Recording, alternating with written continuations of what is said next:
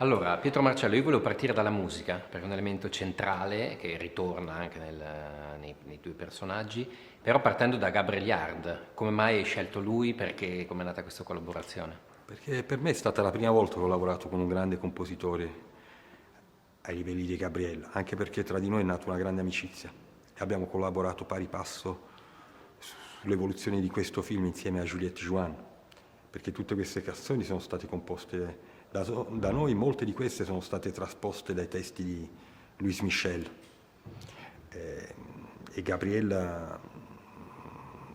ha realizzato tanti film, è parte della Sì, storia del premio cinema e Oscar. per me è stato un privilegio, un'occasione lavorare insieme a lui, dove è nata una solida, una solida collaborazione. Certo.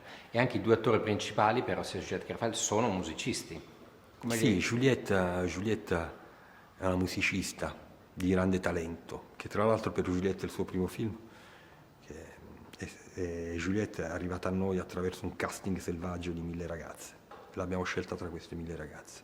E Raphael, che è anche una Raffaella, persona abbiamo cercato a lungo anche Raffaella e avevamo bisogno di qualcuno così, rappresentativo nella figura di questo grande uomo del cuore grande. dal cuore grande e lui è un po' una sorta di Geppetto per me, diciamo, all'interno del Ho film. pensato la stessa cosa anch'io vedendolo quando armeggia.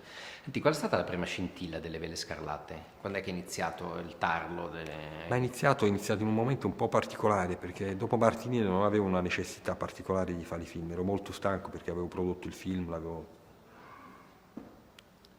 ci avevo lavorato a lungo e mi sono ritrovato in Francia per questioni private e così che ho avuto delle opportunità e delle proposte di lettura. E mi sono imbattuto in questo libro perché mi è stato donato dal mio produttore Charles Gilbert e me ne sono subito innamorato. Probabilmente è stato anche un momento storico particolare nella mia vita perché un po' durante il Covid, specialmente all'inizio, nessuno di noi sapeva dove si andava. E in un certo senso è una storia, quella di Alexander Green, che mi ha colpito molto, me ne sono innamorato subito. Chiaramente ho fatto il confronto tra il racconto e la novella, perché in fondo è una novella, quella di Alexander Green, che tra l'altro è uno scrittore pacifista, morto reietto in Crimea come un poraccio perché non voleva combattere, era un non violento. Pensavo anche al destino di questo scrittore e subito mi sono detto insieme a Gilbert facciamo questo film, mettiamolo su e così l'abbiamo montato, sviluppato, girato e montato nell'arco di pochissimo tempo.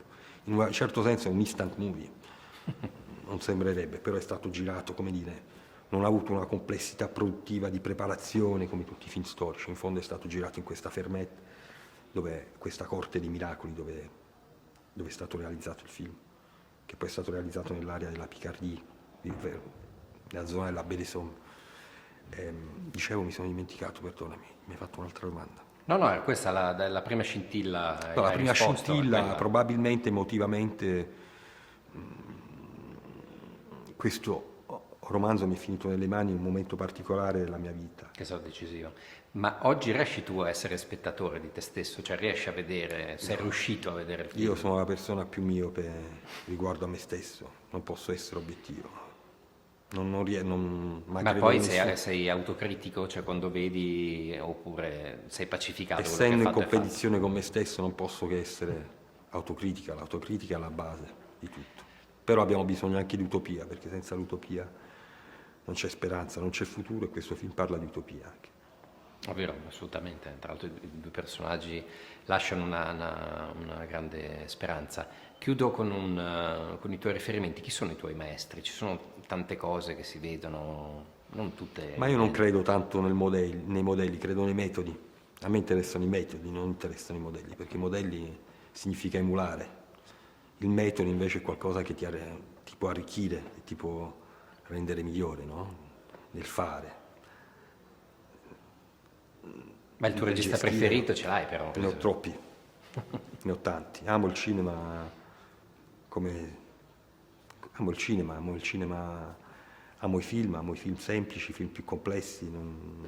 Ma i tuoi Vorresti... cult non ce n'hai un K1, Non è impossibile perché ne ho così tanti, due, tre, ne quattro? ho tanti. Niente.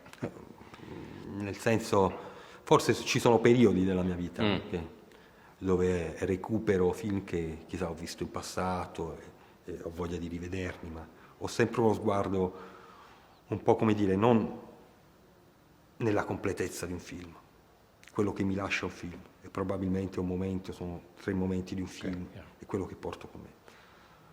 Grazie mille. Non valuto mai un film nell'interezza. Grazie. Grazie a voi.